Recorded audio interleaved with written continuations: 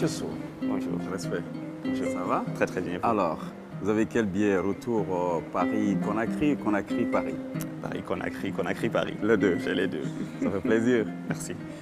Mesdames, Messieurs, bonsoir. Ils sont nombreux, nos compatriotes vivant à l'étranger, mais ils pensent à la mère patrie.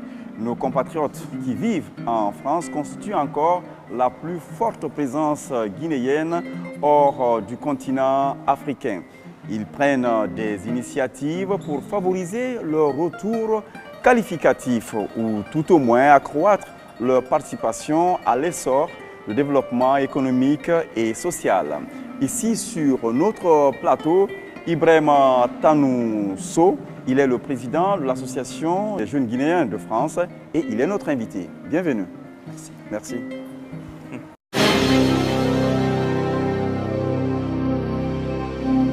Merci de nous accepter chez vous. Notre invité est actuaire, il prévoit l'imprévisible et il est à la tête d'une association guinéenne, de jeunes Guinéens donc en France, à Paris. Il réside à Paris, Tanou, n'est-ce pas? C'est ça, effectivement. Je suis président de l'Association des jeunes Guinéens de France qui est donc implantée à Paris. Et à côté de ça, j'ai une activité professionnelle et j'exerce un métier d'actuaire dans un cabinet d'audit et de conseil. Ça, c'est ma première casquette. Et j'ai une deuxième casquette d'auditeur financier qui consiste à valider les comptes des entreprises dans la même société dans laquelle je travaille. Okay. Beaucoup donc de prévisions, d'analyses à faire, de projections aussi à faire. Et là, vous œuvrez pour favoriser le retour des jeunes Guinéens vivant en France vers leur pays. Et ça marche comment? Alors, ça, c'est l'un des projets que nous avons. Nous organisons donc bientôt un salon de l'emploi et de l'entrepreneuriat guinéen à Paris. Il s'agit d'organiser un salon, donc un forum, une plateforme autour de laquelle les entreprises guinéennes vont faire le déplacement à Paris et vont rencontrer les candidats soit qualifiés, soit les jeunes diplômés ou même les étudiants, pour leur proposer des possibilités de retour au pays dans le cadre d'un emploi. Le salon, c'est aussi de l'entrepreneuriat. On a rajouté un volet entrepreneuriat qui consiste à inciter les jeunes de la diaspora à rentrer en Guinée dans le cadre d'une entreprise pour créer de la richesse ici et pour créer des emplois également dans leur pays d'origine. Aujourd'hui, vous bénéficiez, vous surfez sur la mise en place d'une politique, d'une volonté politique vraiment forte, c'est ça? Effectivement, je pense qu'aujourd'hui, le retour de la diaspora dans les différents pays est l'un des enjeux majeurs, notamment des pays africains. C'est une richesse aujourd'hui qui est encore dormante. C'est une force dormante qu'il faut activer. Aujourd'hui, nous avons une diaspora qui s'implique beaucoup dans les pays d'origine. Il s'implique beaucoup via des transferts de fonds. Aujourd'hui, il n'y a pas une personne de la diaspora qui n'aide pas sa famille au pays via un transfert mensuel d'une certaine somme, plus ou moins élevée, pour subvenir aux besoins de la famille ici. Nous voulons, au-delà de ce transfert d'argent-là, qui est un véritable transfert de compétences. Aujourd'hui, nous avons constaté qu'il y a beaucoup de jeunes de la diaspora, ou même de personnes en général de la diaspora, j'en connais beaucoup en France, qui ont beaucoup de compétences et qui exercent dans des sociétés à des niveaux de responsabilité assez élevés et qui aujourd'hui ne souhaitent qu'une chose, c'est qu'il y ait un dispositif de retour au pays pour qu'ils puissent revenir et mettre ces compétences-là qu'ils ont acquis ailleurs. Ils aussi s'impliquent quand même. Il faut qu'ils s'impliquent aussi. Il ne faut pas attendre qu'on leur aménage tout l'espace avant de débarquer. Exactement. Tout à fait. Vous savez, il y a beaucoup de gens qui reviennent déjà. Mais la question du retour, c'est une question complexe. C'est une question qu'on se pose, tout comme la question du départ. Lorsqu'on part, par exemple, moi je suis parti pour faire des études. C'était en 2004. Je suis allé pour faire mes études supérieures là-bas. Et la question qu'on se pose à ce moment-là, c'est qu'on va partir du pays, partir ou ne pas partir. Alors moi, à l'époque, j'ai décidé de partir pour voir autre chose et pour renforcer également ma formation académique. À un certain moment, lorsqu'on finit ses études, on se pose aussi la question du retour. On revient ou on ne revient pas? Et là, personnellement, moi, j'ai décidé de rester encore un petit peu pour pouvoir renforcer mes compétences et avoir une expérience internationale. Donc je suis resté. Vous encouragez d'autres à venir. Tout à fait. J'encourage d'autres à venir. Vous savez, le projet du retour, c'est un projet personnel. Chacun le cadence en fait selon son planning. Et donc moi aujourd'hui, ça fait 7 ans que je travaille. Je planifie de plus en plus un retour ici progressif. Et il y a beaucoup de gens qui sont dans cette dynamique-là. Et les gens de la diaspora, ils travaillent. Ils y travaillent. Votre question, c'était pourquoi ils ne s'y mettent pas. Et j'ai envie de vous dire qu'ils s'y mettent, mais il faut que, et de l'intérieur et de l'extérieur, qu'il y ait cette volonté-là de rassemblement de la Guinée. Aujourd'hui, on a vu, il y a une volonté politique, je le disais, il y a un moment qui est très exprimé. Déjà, l'exemple vient d'en haut.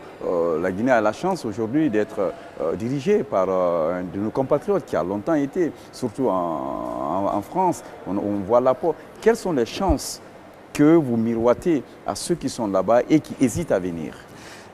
Ce que je leur dis, en fait, on ne miroite pas, on leur dit la réalité. Aujourd'hui, l'Afrique est le continent d'avenir. Aujourd'hui, la Guinée, c'est un pays à fort potentiel. Le potentiel guinéen est incommensurable et aujourd'hui, ce qu'on dit à ces jeunes-là, à ces gens de la diaspora, c'est que ce qu'ils peuvent faire en Guinée, ce qu'ils peuvent entreprendre en Guinée, ils ne peuvent pas l'entreprendre ailleurs. Ils sont ici dans leur pays, ils ont une expérience internationale et ici, ils peuvent se construire, ils peuvent construire une entreprise, ils peuvent aussi rejoindre une entreprise qui existe déjà et participer à son développement. Ce qu'on leur dit, c'est qu'en Afrique, l'Afrique, c'est la terre des potentialités et tout le monde aujourd'hui a envie de venir s'implanter ici pour valoriser ce potentiel africain.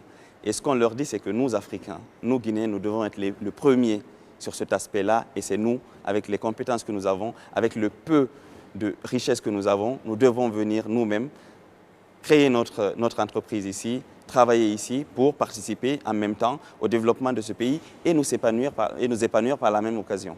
Le Salon de Paris sera sa deuxième édition. La première édition a eu lieu il y a au moins 4 années de cela. Aujourd'hui, est-ce qu'il y a des exemples que vous pouvez montrer, des gens à travers lesquels les réussites ici en Guinée peuvent vous permettre vraiment de recruter ou bien d'encourager d'autres à revenir? Tout à fait. Vous savez, le Salon 2012 a été un salon à grand succès. On a eu une trentaine d'entreprises qui ont fait le déplacement à Paris. On a eu à Paris environ 1500 visiteurs. Nous avons enregistré sur une journée à peu près 600 entretiens qui sont passés entre les candidats et les entreprises. Et nous avons mené une enquête 3 semaines après le salon. Nous avons constaté qu'à 3 semaines du salon, il y avait déjà 60 contrats qui avaient été signés ou qui étaient quasi finalisés. Ça fait à peu près 10% du nombre d'entretiens. C'est quelque chose d'assez encourageant. Donc ce qu'on leur dit, c'est ça, c'est que les entreprises guinéennes ont besoin de compétences. Souvent, elles vont chercher ces compétences-là dans la sous-région, alors que nous avons dans cette diaspora-là des Guinéens qui ont ces mêmes compétences. Pourquoi ne pas les mettre en lien avec ces entreprises? Et donc, c'est tout l'objectif de ce salon, c'est permettre à ces entreprises-là de répondre à leurs besoins. Aujourd'hui, est-ce qu'il ne se pose pas aussi un problème de décalage culturel, ce qui fait que souvent l'insertion peut se rendre un peu compliquée au départ et qu'on mette ça sur le compte des problèmes administratifs ou politiques, voire même des risques élevés à prendre? Ce qui se passe en fait, c'est que lorsqu'on revient, il y a quelqu'un qui est rentré il n'y a pas longtemps qui me disait que la démarche qu'on fait, l'intégration qu'on fait lorsqu'on va en France, c'est la même réintégration qu'on fait après quelques années en France lorsqu'on revient en Guinée. Effectivement, lorsqu'on part, on s'habitue à un certain environnement. On s'habitue à certaines choses qui ici sont forcément différentes. Donc quand on revient, on est confronté à certaines difficultés effectivement, mais le fait qu'on soit guinéen, ceci aidant, on se réintègre beaucoup plus facilement et beaucoup plus aisément dans cet environnement qu'on connaît. Et ce que je conseille aussi... Vous remarquez que les mentalités ont changé, les Guinéens de l'intérieur sont beaucoup plus réceptifs à la diaspora quand même qu'avant. Bien sûr, les choses changent. Vous savez, la Guinée bouge, la Guinée ne bouge peut-être pas comme on le veut, mais les choses changent et la mentalité des Guinéens change. Il y a encore un chemin à parcourir, mais nous sommes sur une bonne lancée. On vous souhaite un excellent salon pour la deuxième édition. Merci. Autre chose, c'est les associations vivant en France participent à travers des projets au développement social du pays. Votre club, association, donc, a à son actif pas mal de projets dans le cadre de la santé et de l'éducation. Tout à fait. On a beaucoup d'actions en Guinée. C'est une association qui existe donc depuis 20 ans à peu près et qui a fait ses preuves. Ces preuves nous ont d'ailleurs valu, il y a 2 semaines, d'être primés au Canada comme meilleure association guinéenne de la diaspora. Cela s'explique par plusieurs actions qu'on fait ici en Guinée. Ces dernières années, on a collecté plusieurs centaines de milliers d'euros qu'on a investis ici sur certains axes prioritaires que nous avons définis. Ces axes prioritaires sont tout d'abord l'éducation et la santé. Nous avons constaté que la formation est l'un des enjeux majeurs de la Guinée et c'est là que l'État et tous les acteurs devraient concentrer leurs efforts. Nous avons fait 2 écoles à Conakry, l'école de Cité de l'Air et l'école de Nongo. Nous avons fait un très beau projet également à Timbi. C'est une école primaire et un collège. On a mis environ 130 000 euros. On l'a complètement rénové. On a mis des panneaux solaires pour équiper l'école en électricité et on a équipé cette école-là de Timbitouni d'un centre informatique dernier cri pour donner aux élèves de Timbitouni les mêmes chances que les enfants d'ailleurs. Parce que nous sommes aujourd'hui dans une compétition internationale et si nous devons compétir, si nous voulons nous distinguer, nous devons former nos enfants et c'est que de cette manière-là que la Guinée peut briller. Ça, c'est dans le domaine éducatif. Dans le domaine sanitaire, nous avons en ce moment 2 projets phares que nous sommes en train de réaliser, même de finaliser. Le premier, c'est à Koundou, c'est à Guékédou, où nous sommes en train de faire un centre de santé là-bas. Et l'autre, c'est à Sansando. Sansando, c'est à Kankan. Donc aujourd'hui, nous avons des projets qui couvrent toute l'étendue du territoire national. Dernier projet intéressant que vous avez réussi à présenter pendant ce séjour ici à Conakry, c'est le projet « Ma Guinée n'est pas une poubelle » que Miss Guinée France porte. Pourquoi les Guinéens de l'étranger, la dernière fois, nous avons reçu un de nos compatriotes vivant au Canada, cette fois-ci c'est vous en France. Pourquoi nos compatriotes sont aussi préoccupés par les problèmes d'assainissement à Conakry? Vous savez, l'assainissement, c'est la base de la santé. L'assainissement, c'est aussi l'amélioration du cadre de vie. Et c'est ce cadre de vie qui participe à l'épanouissement de tout être. Le constat qu'on fait aujourd'hui à Conakry, c'est qu'effectivement, on rencontre des dépotoirs partout et la gestion des ordures n'est pas tout à fait efficace et efficiente. C'est ce constat que les gens de la diaspora ont fait effectivement. Ce n'est pas que les gens de la diaspora, même en Guinée, il y a beaucoup d'initiatives locales qui vont dans ce sens-là, dans la lutte contre l'insalubrité de la Guinée. Donc nous portons ce projet-là. Nous le portons dans le cadre du projet de Miss Guinée France. Miss Guinée France étant lui-même un projet que nous portons, c'est aujourd'hui l'un des plus grands événements, ou même le plus grand événement culturel guinéen à l'étranger. On se demande, vu que vous ne résidez pas là, c'est juste peut-être une campagne d'une semaine, comment est-ce qu'ils peuvent réussir à faire passer et le message et à concrétiser le contenu du message, soit la Guinée n'est pas une poubelle. La Guinée n'est pas une poubelle, c'est un projet ambitieux. Effectivement, on a identifié plusieurs points sur lesquels nous pouvons intervenir. On a vu beaucoup de mesures ici, ou même de mesurettes populistes qui n'ont pas apporté de solution. On s'attaque à ce problème-là à plusieurs niveaux. Le premier niveau, c'est la sensibilisation. C'est vrai qu'il y a eu beaucoup de sensibilisation. Vous me direz, c'est peut-être encore une sensibilisation de plus, mais on n'a jamais... Sensibilisation insensible. Mais c'est un point essentiel. Si nous voulons que notre capitale soit propre, que notre Guinée soit propre, il faut effectivement que la population s'implique et cette implication passera par une vulgarisation et par une sensibilisation de la population.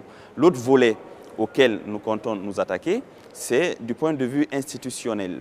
Le problème aujourd'hui de l'insalubrité en Guinée, il y a également un problème de gouvernance et de coordination. Aujourd'hui, on a du mal, nous, à identifier effectivement quel est l'interlocuteur à qui il faut s'adresser pour gérer cette problématique-là.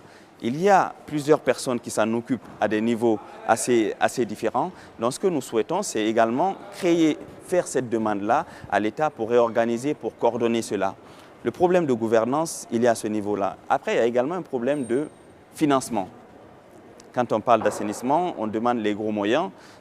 Aujourd'hui, à Conakry, on produit à peu près 1200 tonnes d'ordures par jour. Pour faire le ramassage de ces 1200 tonnes d'ordures, il faut environ 50 millions par jour de carburant pour les bennes qui vont passer faire ce ramassage-là. Ensuite, il y a le problème d'infrastructure. Aujourd'hui, il manque de dépotoirs pour traiter les déchets solides et les déchets liquides. Vous vous rendez bien compte que c'est un projet à long terme. On est là aujourd'hui, Miss Guinée France est là pour lancer. Quelle est la réponse concrète que vous apportez à cette problématique? La réponse concrète qu'on apporte, c'est premièrement la sensibilisation, deuxièmement une concertation qu'on va faire ici en Guinée dans les prochains jours pour proposer à l'État des pistes de solutions. Et c'est à partir de ces pistes de solutions-là qu'on va bâtir la suite de ce projet-là, qui est un projet à long terme. Monsieur Tanousou, merci d'avoir répondu à nos questions. Merci beaucoup de m'avoir invité. Merci à vous qui avez suivi cet entretien de Koloma. Nous vous donnons rendez-vous la semaine prochaine pour un nouveau numéro de l'entretien de Koloma. Merci.